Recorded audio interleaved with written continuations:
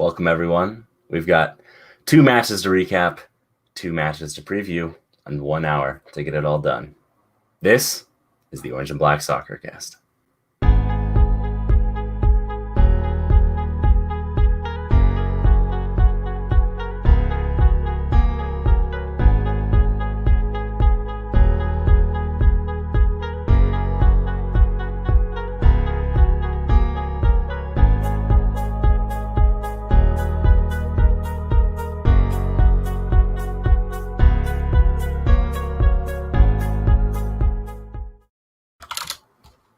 Well, hello again. It is I at OCSC_Dylan. As always, I am always here. I am the leading person to make appearances on this podcast.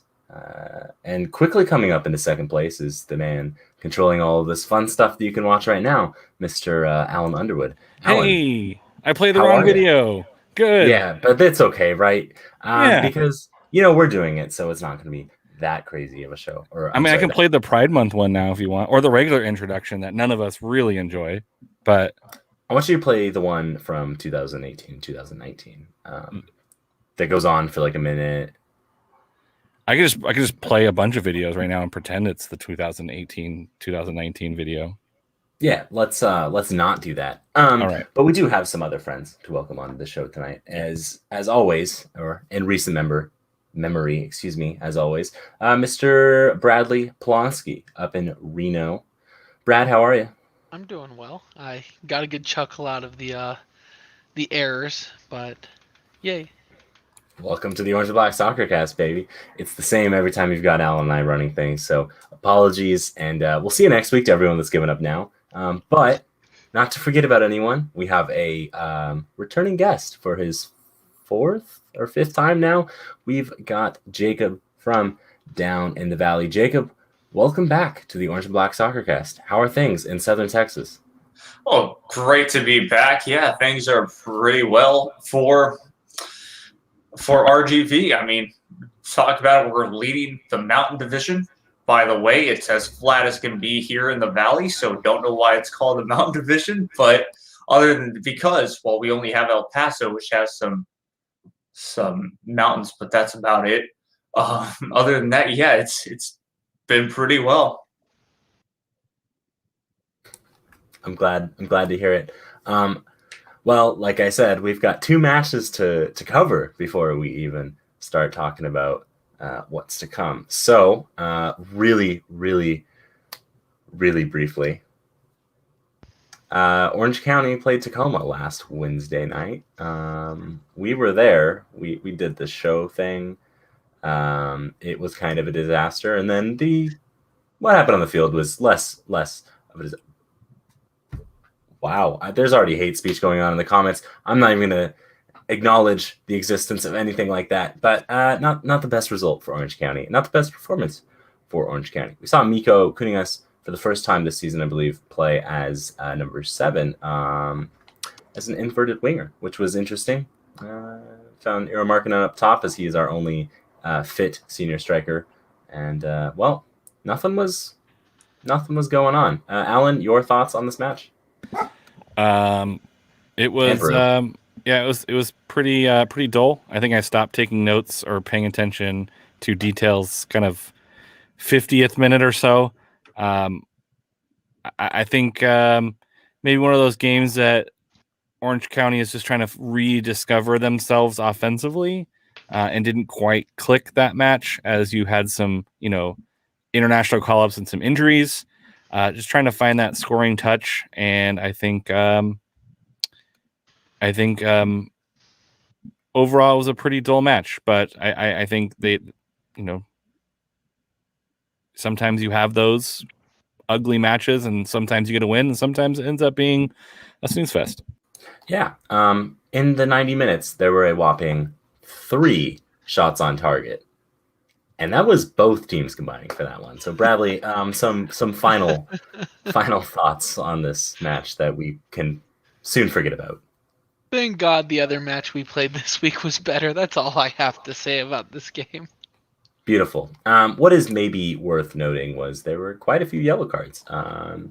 Calvillo, Chris Whean, Nathan Smith, and Eero Markkinen all picked up bookings. Eero was pretty funny, but quite a lot of bookings are going to start causing a little bit of a headache moving forward. And we really don't have the depth at the moment.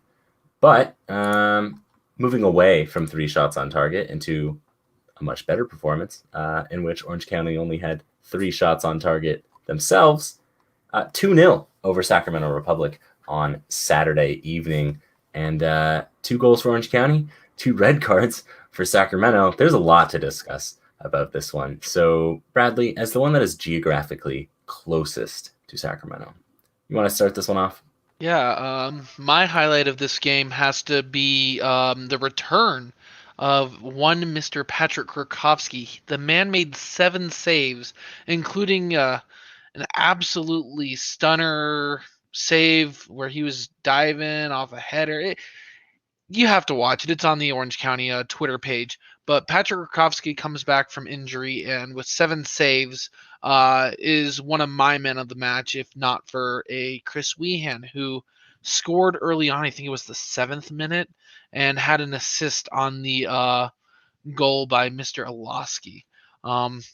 Also, I do got to mention that Olaski scored in 2 games for Orange County, both games in Sacramento and both games with me in attendance. If that doesn't say anything about I am a good luck charm to Mr. Olaski, then I don't know what is. Well, if it happens again, then I think we can all say that Bradley might actually be the good luck charm. And then we can send him to every single match because Brian Olaski is probably going to play a little bit. Alan, were you watching any part of this game or was San Diego playing? San Diego was not playing. I did watch this match. I think I turned it off a little bit early, so I missed the double yellow.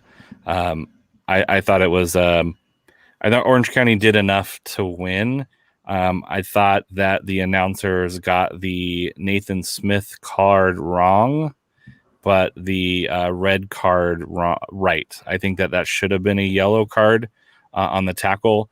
Clearly from behind, not a clean tackle, but clearly playing the ball, which I believe is the new rule. If you're playing the ball and not just taking the man out, it should be a yellow card. And I do think there's a little bit of some correctness there, but I was super mad that they're like, what's the difference with that Nate Smith thing? I was like, well, there's none. That's why it should be a yellow card. And I think USL did rescind that ban. Andy put that out there. League rescinded the red card. And I think that's the right call. Obviously, I don't think it necessarily changed the match. I think Orange County was doing a good enough job with that match to get a win there. Sacramento hasn't won in like 4.5 years, it seems like. Things are not going super well there. So I think that there's a little bit of frustration, which showed up both on the pitch and off the pitch regarding that call or those calls. And anytime things aren't going well with your team, you don't want to criticize your team. You want to criticize officials or bad subs or, whatever. I think there's a little bit of that. And we have to give Sacramento some grace because I think if any of our teams were going through something like that, we'd be trying to find excuses as opposed to pointing fingers at players because you develop that love for the players. So you don't want to put that blame on them. But I think Sacramento got outplayed. Orange County rebounded and found that secondary scoring that they've been kind of missing. Chris Wehan stepping up and Brian Olaski stepping up is huge for Orange County. And they're going to need that, I think, again, tomorrow. And it's going to make them more dangerous and not put too much pressure on Markkinen because I think he's filling that as well. Yeah, no, this is a Sacramento team with 2 goals in their last 5 games. I mentioned it last week, and they can do everything except put the ball in the goal, and I think we saw that perfectly going on there. Sacramento was dangerous at times getting the ball in the middle of the box, but I remember one moment distinctly where 2 players were caught looking at the ball, and Nathan Smith was 5 yards away. And he was the 3rd closest person to the ball and the closest Orange County member. He gets there first because the other 2 guys are so caught up in what do we do? Who takes the shot here? So Sacramento has those problems to figure out. Hopefully they don't figure them out by the next time they play on July 24th in Orange County for the 4th time that they meet this season. Fair. Not too much more assessment to go from this one. I do have to agree with Alan that it was really, and apparently now the league, that was not a red card from No. Kibanucci. But I will take it because those things happen. And apparently Sacramento, I've said in the past, these games are basically always like playoff games. And it doesn't really seem like Sacramento is up for that task mentally.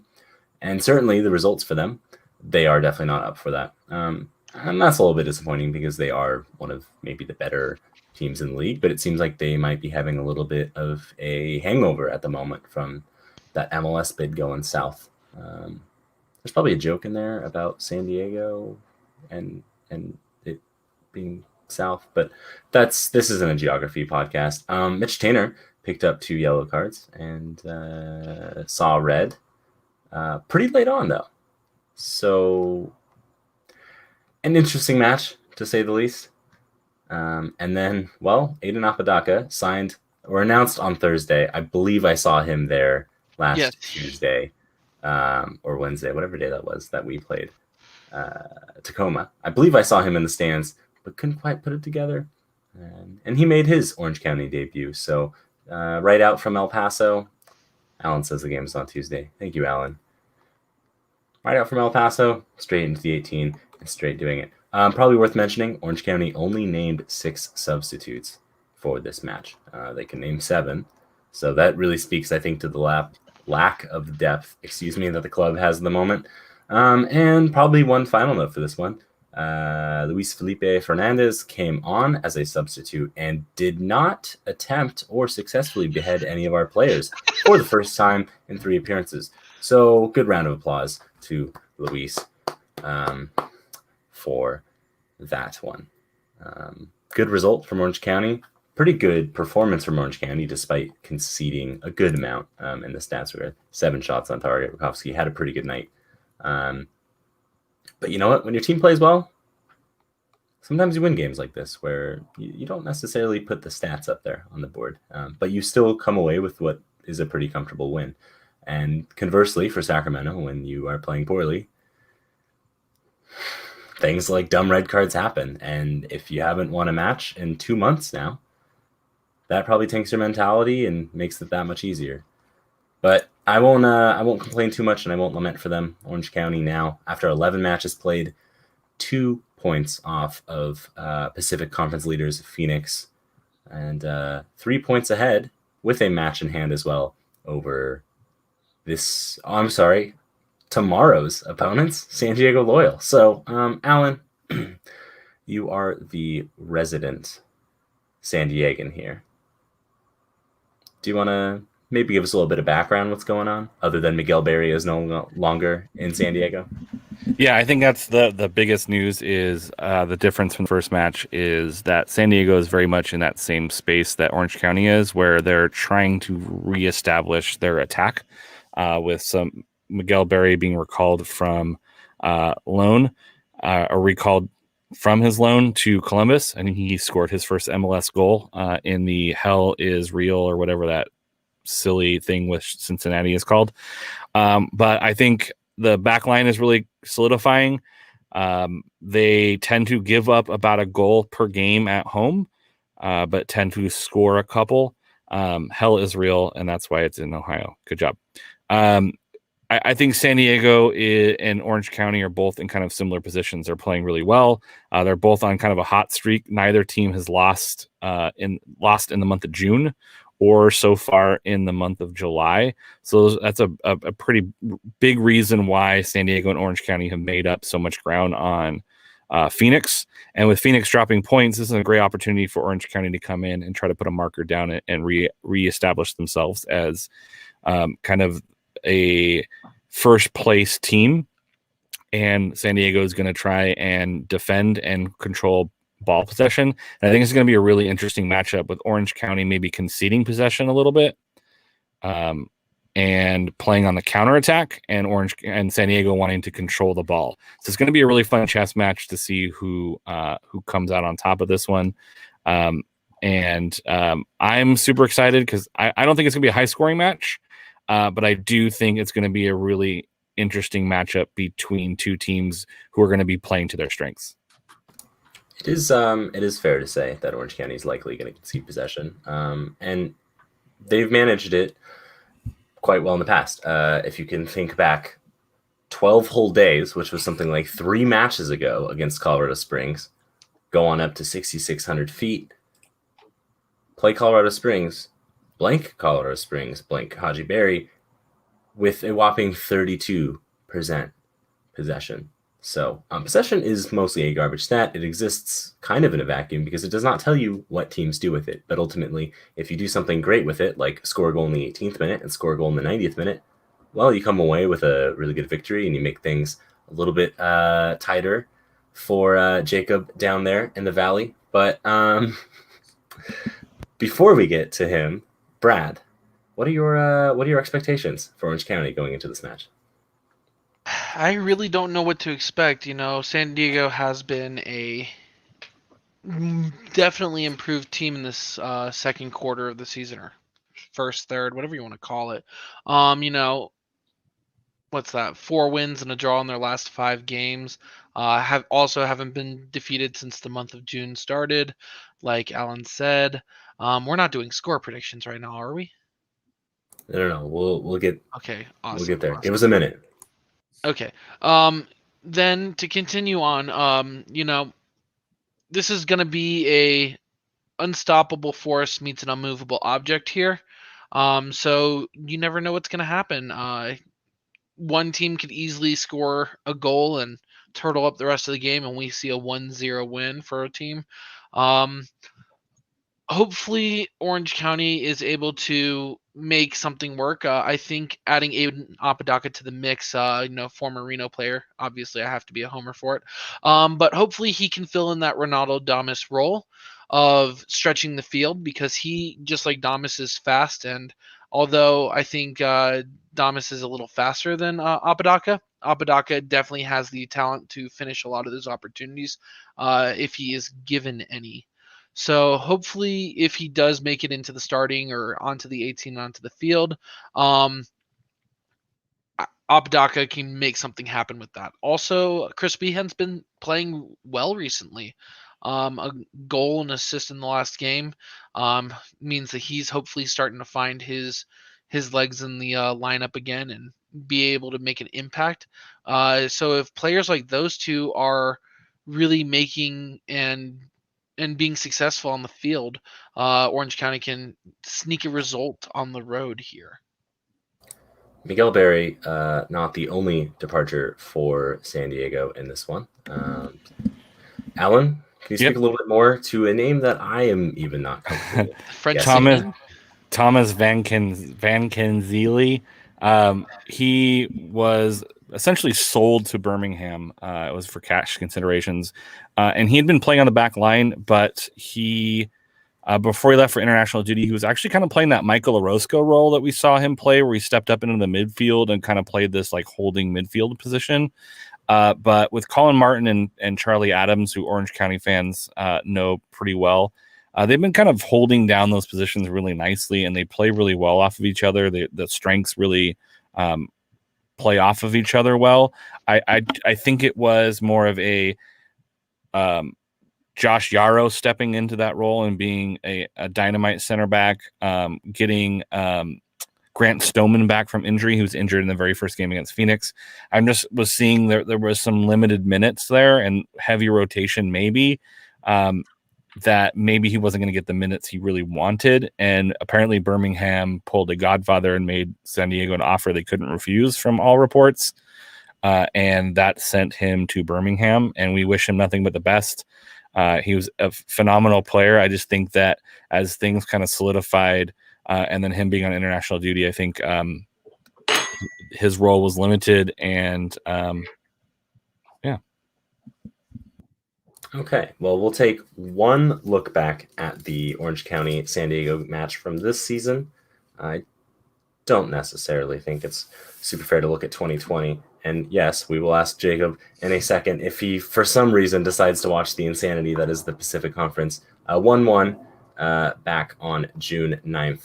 And, well, probably unsurprisingly, San Diego with 59% of the possession, 10 shots, 5 on target. I don't know. I think Alan's prediction's right, but I think this is much like oh man, what's his name? Brad. There we go. Almost said Andy. Almost said Ray. Whew, it's been a rough one. An unstoppable force meets an immovable object. Jacob, finally. It's been a few minutes. If you have anything here, the floor is yours. All right. Well, I mean, we're talking about, of course, some two great teams in the Pacific Conference. I can tell you one thing is RGVFC got to play against San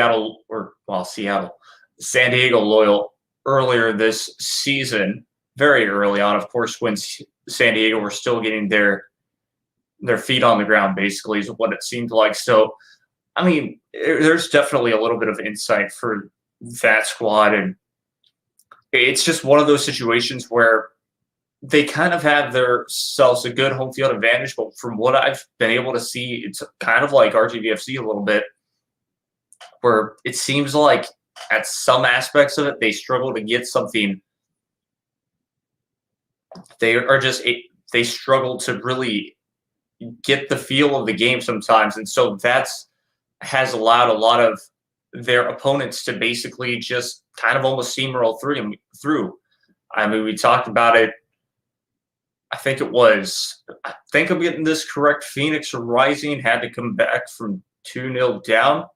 So maybe I've got a little bit backwards, but one of the situations is if they do get a lead, they could be that team where they basically lose all 3 points that they had and either end up losing 3-2 or, lose 2-2 because they just lose that type of focus, in my opinion, at the end of the game.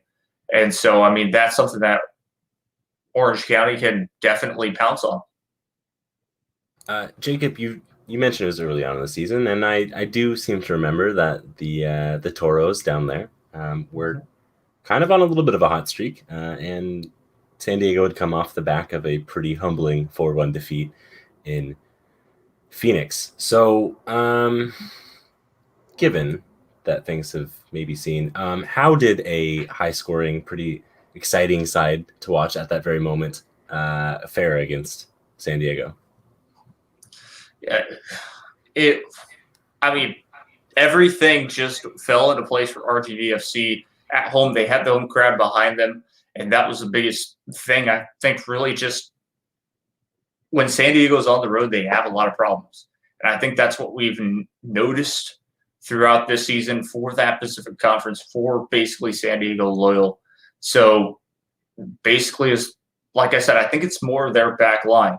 And RGVFC were able to basically just take advantage and get shots on goal, which is something that, well, us Toros fans are not used to. And let's be honest, last season, I think they were managing 2 shots on goal a game. And this season, it's like 5 shots on goal a game. So it's that different side of mentality for both teams. And I think, of course, San Diego, they got their stuff together for sure now. And I think they're going to be a little bit tougher. But at that same time, I think they still have those underlying mistakes where if OCSC are able to just really find it underneath, well, just find those loopholes, kind of, the openings from that defensive side of San Diego Loyal, then I think OCSC can come out with a win. But it's possible these two teams will just end up drawing about 1-1 or even 2-2. I love it. Well, we have the first prediction in, so let's go in reverse order. Brad, who's winning? Who's tying? Who's scoring? Give me something. The first match of the year was a 1-1 draw. I really don't see anything other than the same scoreline unless something miraculous happens. I think both teams are in really good form. Both teams are pushing for top 2, if not home playoff games. So I see 1-1 this game. Alan, we'll go to you. To be consistent with my prediction on Fair Weather Podcast about an hour ago, I said this is going to be a 1-0 San Diego victory. I think San Diego plays much better at home than they do on the road, like Jacob pointed out. I don't think they play poorly on the road. I think if you watch back some of those games, I think Jacob's right. These little blips of mental lapse, RGV was able to take advantage of that on their goal. Louisville was able to score a pretty fluky goal to pull all 3 points out. Yes, they have a propensity of giving away points at the end of the match. There is a chance for Orange County to really put it on at the end. I think they have some opportunities on some set pieces as well. But I think it's going to be a low scoring game. I think Orange County has to manage minutes in this match as well. Playing Saturday again, they're playing Saturday, Wednesday, Saturday. So they're already depleted as far as their depth, and so I think they'd have to be careful and pick their spots. And I think it's going to be a low-scoring affair. So 1-0 San Diego Loyal victory. Wow. I think that you're right, Alan, but ultimately I don't want to predict an Orange County loss.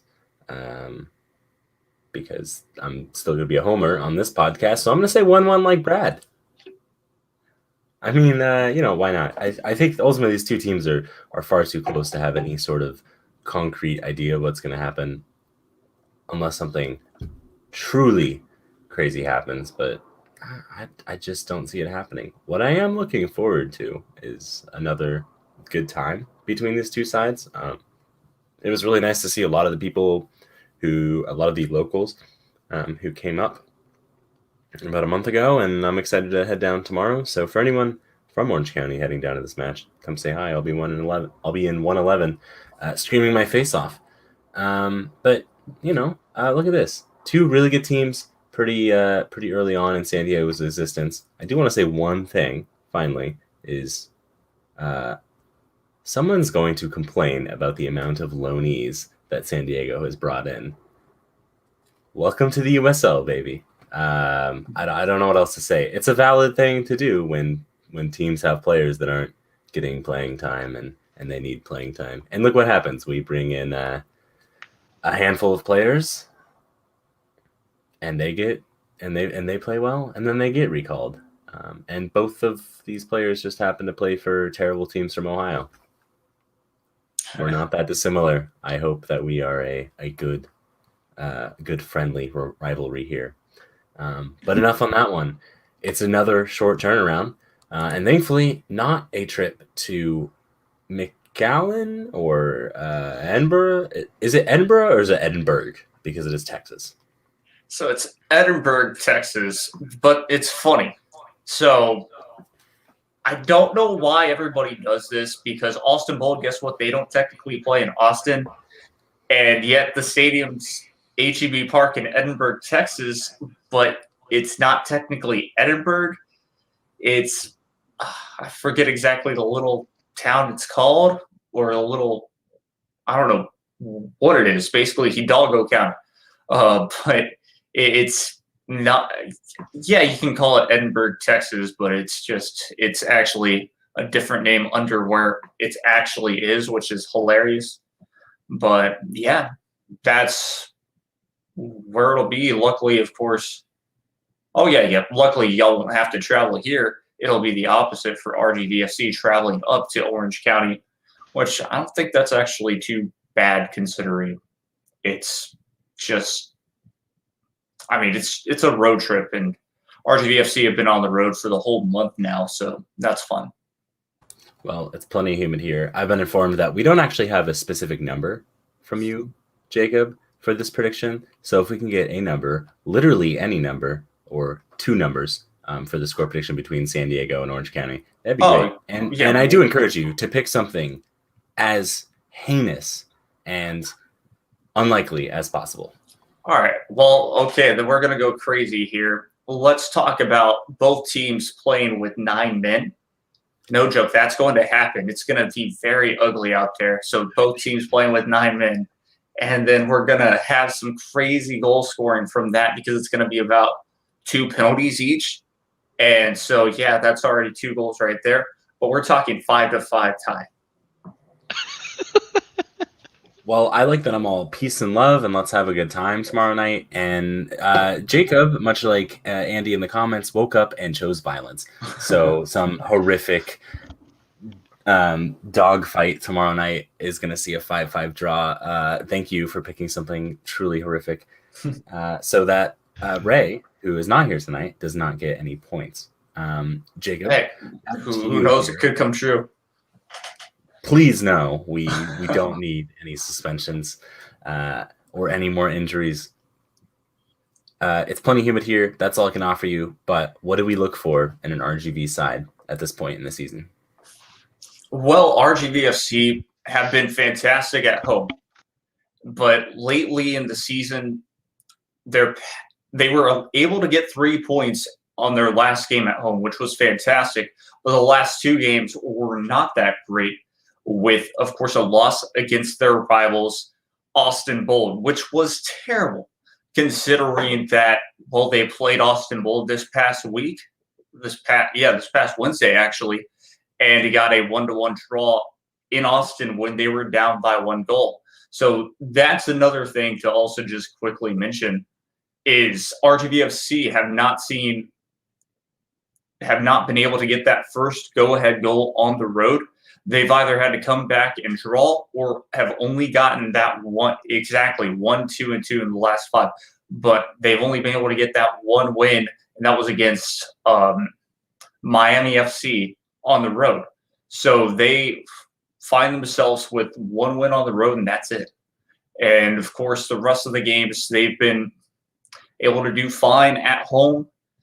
We wish it was better for sure because of El Paso Locomotive, who somehow, some way were able to find themselves 3 games back of the whole league. And what I mean by that is they have had 3 games in hand. I think they still do actually right now. I think it was at 4 games at one point. They were able to play 1 more and catch back up to RGVFC. So they potentially hold the lead of the Mountain Conference, which is crazy. So exactly at 1-3 on the road. It's one of those situations where I think it is the coach. And what I mean by that is just what Wilmer Cabrera decides to do on the road, which is he kind of backs off a little bit and doesn't necessarily push at home too much. And then we find little blips from the defensive side where they've been very strong this season to where it just all of a sudden they make a little bit of mistakes. And then, of course, it's up to Tyler Derrick to save every single shot. Guess what? Tyler Derrick's not going to save every single shot. No goalkeeper is going to be able to do that at all. There's no way that you can keep a clean sheet every single time. So that's an issue. I said Sinacho says the key is the shots off target that the team is gathering.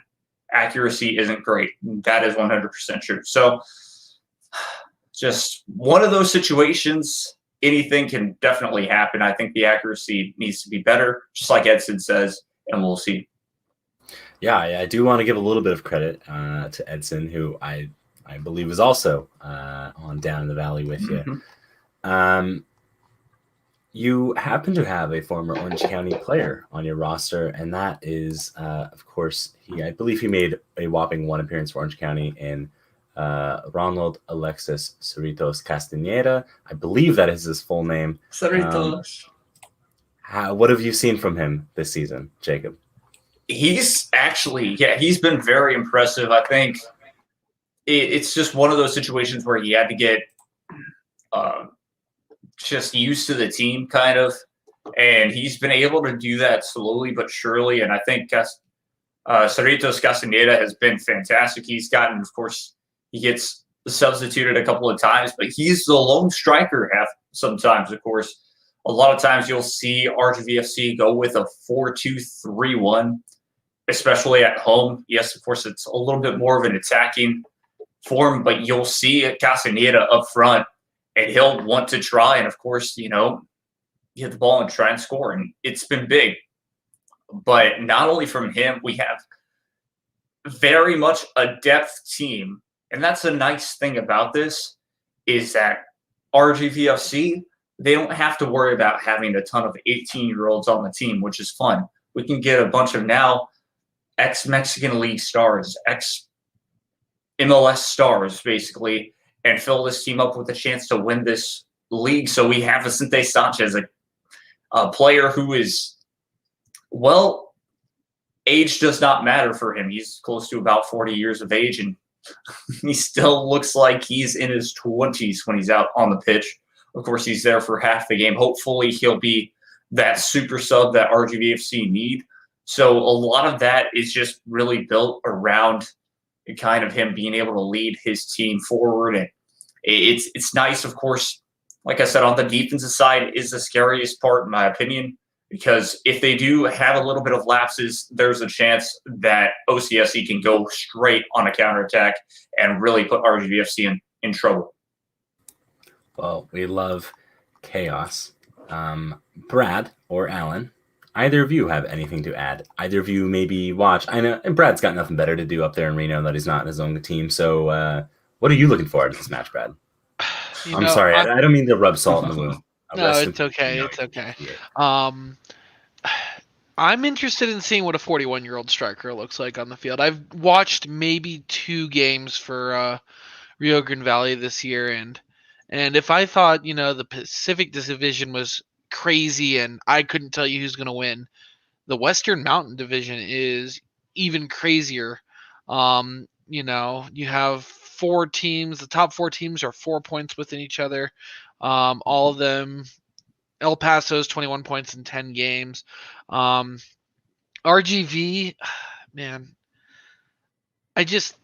the road stats kind of speak for themselves. I don't know what to expect. I'm not the expert here, obviously. 2 games does not make me an expert. But hopefully Orange County is just able to take care of business here on Saturday. We have some comments in the chat. F in the chat for Reno. So everyone throw an F up in there. Beyond that, unsurprisingly, Andy, resident statistician of the Orange Black SoccerCast, beat me to my next point, which was to talk about stats. So look at that kind of fun stuff. If we look at it in total, these 2 teams are in their respective conferences in the same spot. They are on the same amount of points. Just the one extra match played for RGV, which happened to be a loss. Otherwise, same points, and goal difference is a little bit tighter for RGV. So it looks so far, from what I've heard from Jacob, and at least from what these stats tell us, that this is going to be a difficult match for RGV. But of course, and Alan can maybe attest, because I believe this is when he first started following Orange County. Orange County tends to switch off when RGV comes to town. So, Alan, how do they guard against that? I think you rest along the strength you have along your back line. I think Orange County right now has the 2nd least goals allowed in the league. There's a couple teams with 9 goals allowed. I think there's one team with 8, if I'm not mistaken. But Orange County, again, is very, very defensively solid. I think it doesn't matter which goalkeeper starts. I think you have a quality USL goalkeeper in goal. As long as Robbie Kiernan is healthy and he is good to play in this match, I think he makes that back line even more solid. We saw another great outing from Smith against Sacramento. I think that the defense is again going to be the answer to Orange County, and allowing that Chris Weehan, Brent Richards to get forward and really. I don't foresee Orange County really blowing anyone out of the water this season, but I think their strength is to defend well and to use their speed and their pace to counterattack. And then at home with against RGV, I think they go a little bit more aggressive, knowing you have a week off after this. You're not playing another midweek match, although it certainly feels that way with Orange County's schedule. I think that they can go full out knowing that they have a week rest. I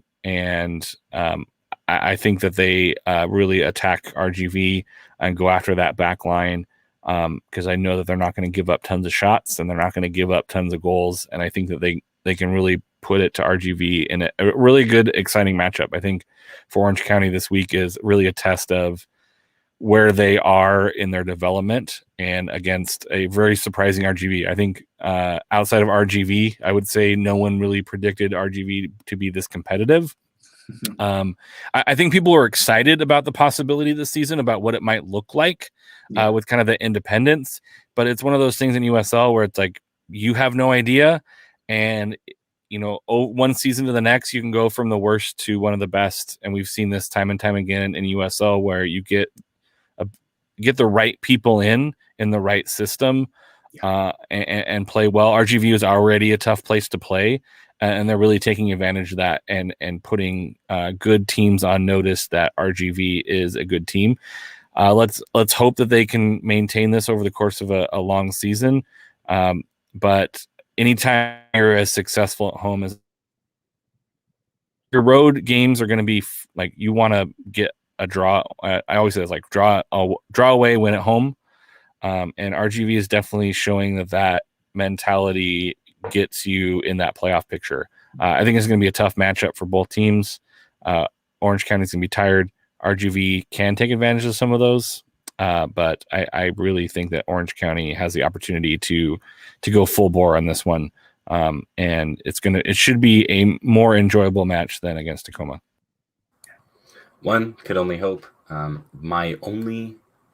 I just have this little hunch with absolutely no basis for it, so perhaps it's all garbage, but I do happen to have this little nagging feeling in the back of my brain that tells me that Alexis Cerritos is going to somehow haunt this team. And the easiest way for him to do that is to score a goal. So I'm going to start with the predictions here, and I'm going to go with the 2-1 Orange County victory with Alexis Cerritos making things a little bit interesting.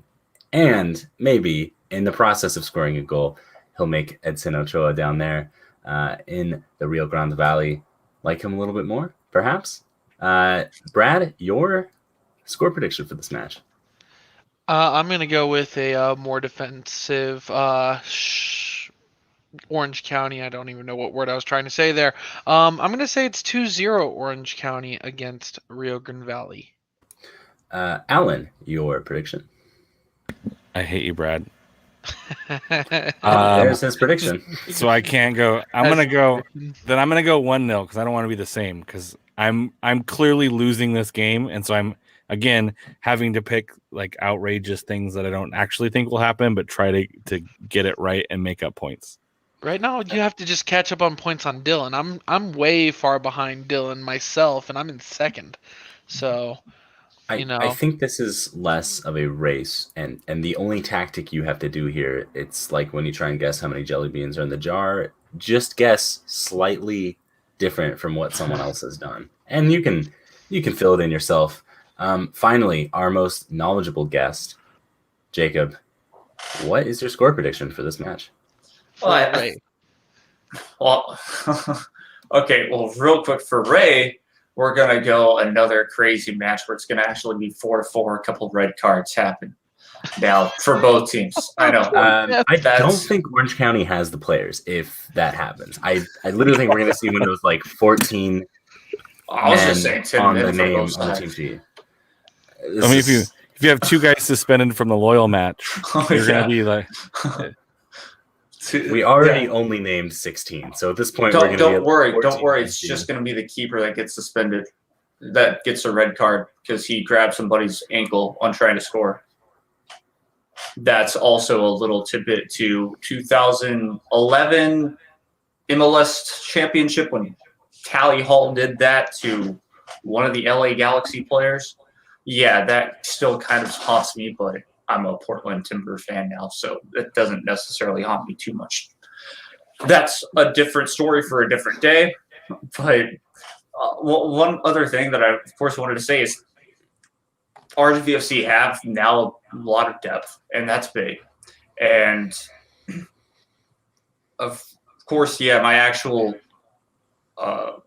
prediction is going to be 3-2 for myself. RGVFC end up getting the victory because, well, they've been off since the 4th of July. They haven't played a game, which is nice because they needed. Wait, I take that back. We played against Austin Bold and got ourselves a 1-1 draw when we should have gotten a 2-1 win, but dropped again on goal that shouldn't have happened. Tyler Derrick had to make some key saves from the defensive side, but they deserve this rest that they're finally going to get. So that's the biggest thing, is that they don't have to play till Saturday and then don't have to play till Saturday again the following week at home against Austin. So, yeah, I think 3-2 victory is a possibility. I think Wilmer Cabrera will have some time to really think about his lineup.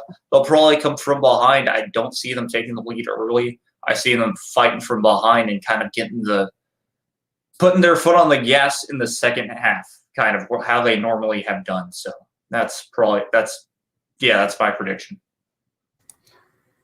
Well, I just want to say, Jacob, I hate both of your predictions, and I hope neither of them come true. Wow. It's like you don't want Ray to invite you back. Except Ray loves this kind of nonsense. It's a shame he's not here to probably predict something like 5-0 RGV, or wind you up about some random fact about Edinburgh, Texas. So I don't know. Jacob, in the spirit of Ray being here, do you want to provide us with a random little geographic thing to do for people who might find themselves in Edinburgh, Texas? All right, yeah. Find yourself in Edinburgh, Texas. Find yourself any part of Hidalgo County, which means from Edinburgh to McAllen, Sherryland, and Far. Yes, there is a city called Far, which is consisted of Far, San Juan, and Alamo. That's also a very funny thing. But yeah, it's cool. If y'all didn't know, HEB Park was built on where a water park used to be. So that's fun. When they first constructed it, that was the land that they had. There's a little amphitheater inside that place, and it's really cool. The town is popping up so much. We've got a ton of construction going on the freeways, and well, there's a nice shopping center not too far from the stadium, which is also why they built it there. And yeah, it's a fun place. People say there's nothing to do, but guess what? There's always something to do in Edinburgh, Texas. And now the Valley is also home to a Tesla shop up in Brownsville, Texas, and SpaceX. So that's very fun. Elon Musk visits the Valley a lot too. So there you go. If you've ever seen any of those rocket launches, that is about an hour away from Edinburgh, Texas, and pretty fun because it's just, people say it's fake, but guess what? It's just a county road that you can go up to as close as possible and park. And on a regular day, if they're not launching anything, you can literally park very close and walk on. Well, maybe they won't let you necessarily on the site, but you can see the rocket if it's up, which is super cool. Look at that. It is a geography podcast after all. So look at that. We've got some fun comments in the chat. I don't know if Alan will put them up. Yeah, okay, Alan's put them up. Well, enjoy the space race down there in Hidalgo County. It is now time. It's the final 12 minutes of our podcast. Any random soccer news? Whoa. Any random soccer news from any of you gentlemen? San Diego NWSL officially hired a GM allegedly. So that's a thing. It's been pretty quiet down here, and that's concerning. But another women's team is coming to Southern California. Yeah. Angel City FC last week. Oh no, it's been about 2 weeks now. Released their crest. It is quite good, in my humble opinion. So look at that. Women's soccer, men's soccer. Some place for all of the USL Academy Cup winning girls players from Orange County SC to play professionally in just a few years. Brad, Jacob, any random soccer news from you two? You got any, Brad? No. Okay. Well. Oh no, Jacob. I'm sorry. Go ahead, please. I do have something. It's pretty cool. So my job is pretty cool. What I do is I get to be like a legit journalist. I get to go and call high school sporting events from high school football in Texas, which is of course as popular as it gets, to soccer and softball, which is also fun. So, of course, talking about soccer here, and it's interesting because the ladies' soccer in the Valley, and of course the men's or the boys' soccer in the Valley is really, it's next level, is what I can say. State championships are no joke for that, even though people don't care about it, which is sad in itself. But my random fact of this is that in the past couple of years, from 2019, 2020, of course, that was the start of the pandemic, RGVFC for ladies soccer produced at least 3 talented young individuals, which went to Power 5 conferences on Division I scholarships, which is insane, to Texas A&M, Arkansas, and the Houston Cougars. So, I mean, that's just, I mean, it's very cool. And so, of course, we all know Texas A&M University this past year won themselves the regular season title. I don't believe they won the SEC outright with the playoffs, but they played against North Carolina and lost to North Carolina because North Carolina is just something else. But that goes to show that there's talent down here for a women's soccer team, which could happen in the next 3 years or so. But of course, that's just, a little bit of random soccer fun fact and also kind of news. Wow. Thank you, Jacob. That was this. I've learned far too much on this podcast. I can only imagine how the listeners feel. That is not why they joined this podcast. But okay, it is into the final segment of the show. Everyone's favorite. Actually, it's probably everyone's least favorite. We'll see you all next week. Random thoughts, everyone. And Brad, we'll start with you because you know what's going on. I never know what's going on, let's be honest. My random thought is you never know how much you enjoy having something in your life until it's gone. And my missings this week, I know it's so sad, but I work in trucks, and typically, during the summer it can get pretty hot. We've been at 100 degrees or hotter every single day in Reno, which is abnormally in July. So it's been over 100 degrees every single day for the past 13 plus days. One of our vehicles, the air conditioning broke in it. Oh no. And those cabs in the trucks can get 10 to 20 degrees hotter than outside sometimes. So it sucks when you get assigned one of those trucks. Today I was assigned one of those trucks and I had to drive up to Truckee, which is a very modest 90 degrees outside, with a slight breeze, but still, it absolutely sucks when you miss out on something that you take for granted, and people look at you and they're like, when I was a kid, and I'm like, yeah, I'm happy I wasn't a kid when you were a kid. AC is nice to have. So yeah. So your random thought is that you miss Freon. Am I correct? Something along those lines, yes. Great. Follow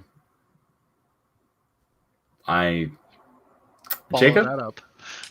All right. My random thought is this. Well, of course, it is race week, which is fun, which means it is for F1. And so, of course, I'm a huge racing fan from F1, IMSA, all the auto racing. And what I'm talking about here is it's also race week for this series called the W Series, which is so much fun to watch. Back in the pandemic, it was tough. The drivers were supposed to have a series. The W Series stands for the Women's Racing Series, basically. And so they decided to stream a lot of the races, and I've been a fan of that. And I got to race against some of them on Twitch. And so a random thought is, of course, well, I don't know, I'm just excited for the race. These cars don't have any DRS or anything like that. So normally if you try to make a move to pass, you can get, gobbled up in the field. And they're very aggressive as well. So it's just fun to watch. And good luck to Alice Powell, Abby Pulling, and Sarah Moore. Those were the Twitch streamers that I would race against throughout the pandemic. So that's very fun. They're at Silverstone this weekend, and that is Friday, Saturday, Sunday for the whole race weekend. And go Lewis Hamilton. I love weird niche sport crossovers. Alan, your random thought for this week. My random thought is get vaccinated. If you're not vaccinated, please wear your mask. Please take care of each other. We see news of the Delta variant and it growing in certain areas. So we're still not out of it. Please take care of each other. Look out for each other. And if you can, please get vaccinated. Oh, a public health announcement from Alan Underwood. Yep. My random thought from this week is to not maybe guess where revenue comes for other teams. This is a very niche one that no one's going to get. So, yeah, I'm just not going to have a random thought. But don't throw stones when you live in a glass house. And drink some water to cure a hangover. Those are one of my random thoughts for this week. Jacob, do you want to tell everyone where they can find you on the internet? All right. For Twitter, you can find me on JacobYoung456. You can find the podcast at Down in the RGV on Twitter, as well as on Spotify. And we go live. We will be going live actually tomorrow on Wednesday. I believe most likely at 7:30 on YouTube and maybe Facebook. I don't know if Edson keeps changing where we go live. Blame Edson. That's also another hashtag on there. He uses that a lot as well. So yeah, we just make banter with each of our hosts, it seems like. But yeah, that's where you can basically find me for sure. I'm active a lot on Twitter, JakeYoung456. And if you want to chat with the podcast, Down in the RGV. Bradley, where can everyone find you on the internet? Well, it says it right beneath me down here at Pal on the Sky as I do it backwards. There we go. At Pal on the Sky. 4 words, 1 Twitter handle. And I talk soccer and every now and then dabble in other nerdy stuff. Wow. Well, I'm proud of your ability to count to the number 4. Alan, where can people find you? Android 48 on the Twitter machines. Android 48 on the Twitter machines each and every week. Well, if you want to somehow find me on Twitter, it's right there at OCSC_Dylan. But for our guest, Jacob, for Brad, for Alan, and for myself, thank you for listening to the #Samora Out episode of the Orange Black SoccerCast. We will see some of you tomorrow night in San Diego. We will see some of you Saturday night in Orange County. And for the rest of you, we'll see you next week, Tuesday night at 8:30. For all of us, this has been the Orange and Black SoccerCast.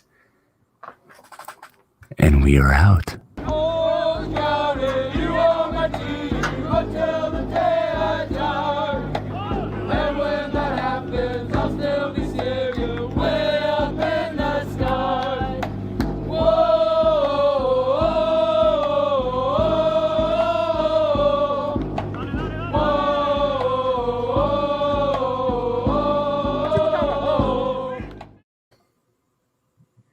Way to update the end graphic.